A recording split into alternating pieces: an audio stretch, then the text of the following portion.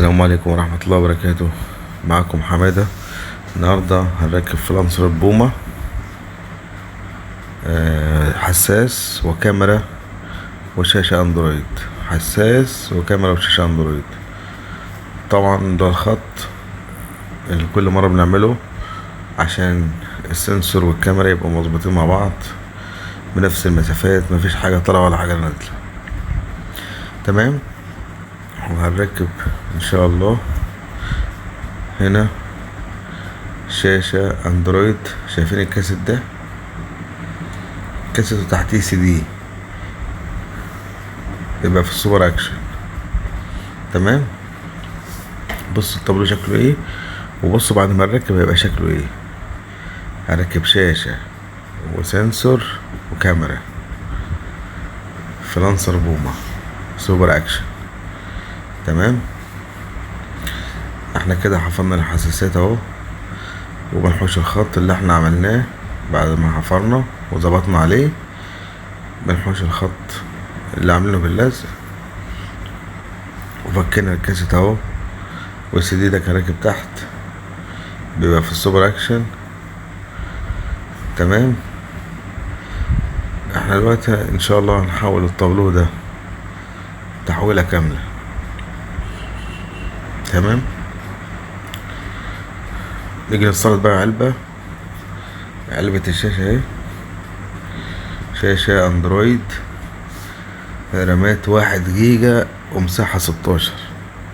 دي اقل حاجة في الشاشات العدلة يعني اللي هي هتشتغل معاك، ما تهنكش، ما توقفش، ما تبقاش، ما تخش على جوجل بلاي. العدل يعني اللي هي تشتغل معاك عدل.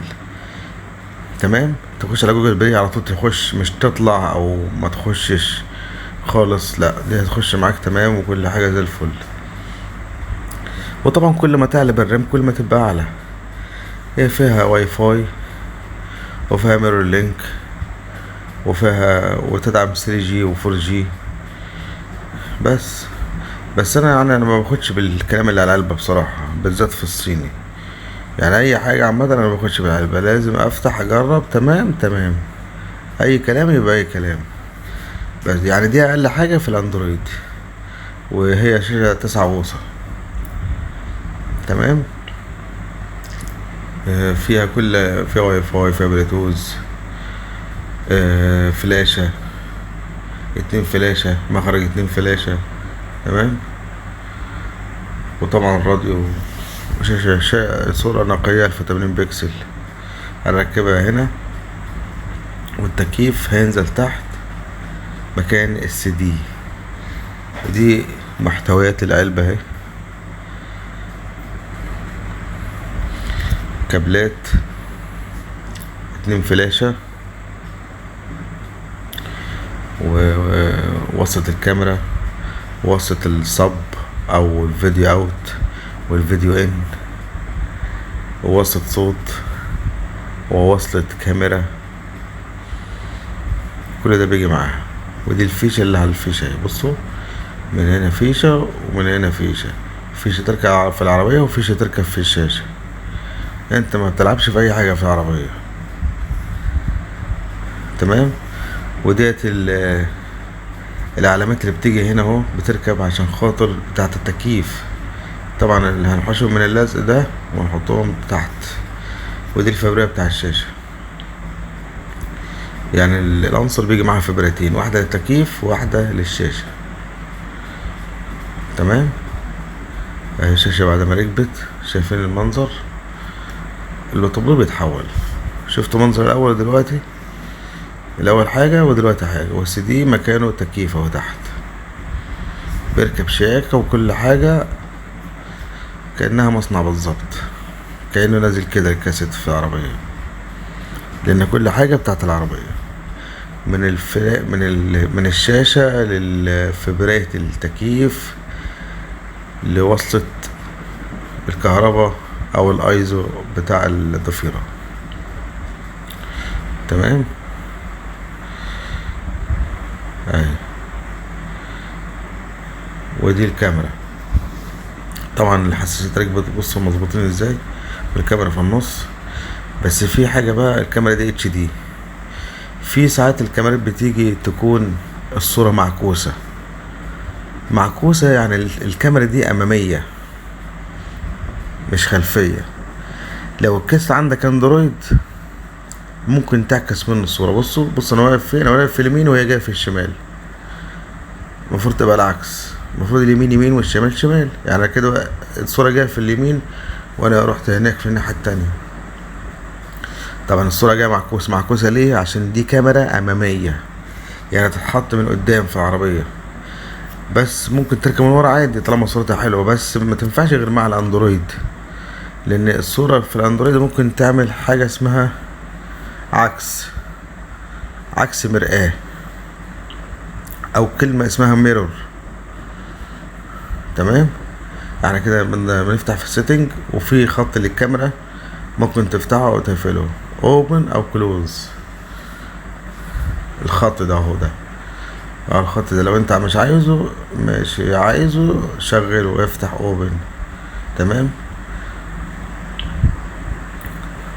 هنروح دلوقتي نخش على السيتنج عشان خاطر نعكس الصورة عشان تبقى مظبوطة ورا، لان الكاميرا دي زي ما قلنا دي كاميرا اسمها كاميرا امامية، يعني مش بتيجي غلط في الكاميرا ولا عيب، لا ده هي صح، هي بتيجي تركب من قدام مش من ورا. بس انت تركب من ورا تعكس، تعمل حاجة اسمها عكس مرآة، او كلمة اسمها ميرور. هنخش على السيتنج.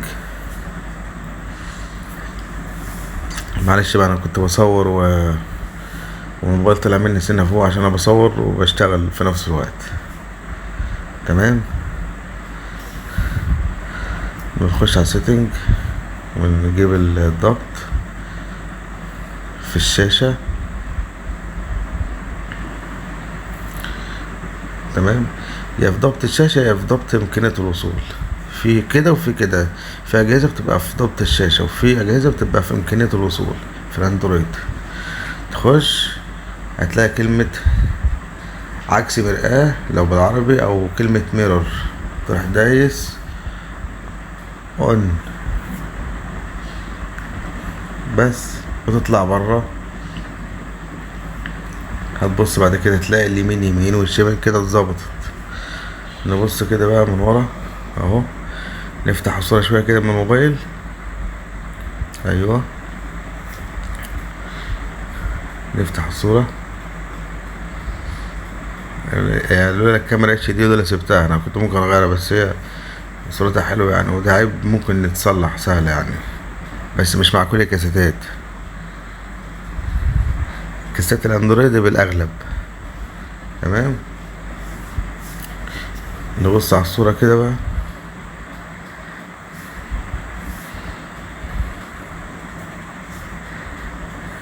كاميرا اتش دي 1080 بكسل. تمام. نبص كده وده البلوتوث اهو. نعمل لو البلوتوث بقى في حاجة في البلوتوث، لو انت عملت بحث والبلوتوث مظهرلكش، تعمل انت بحث من الكاسيت ذات نفسه. تعمل بحث، علامة البحث اهي فوق، هيظهر لك ايه؟ اسم الموبايل بتاعك.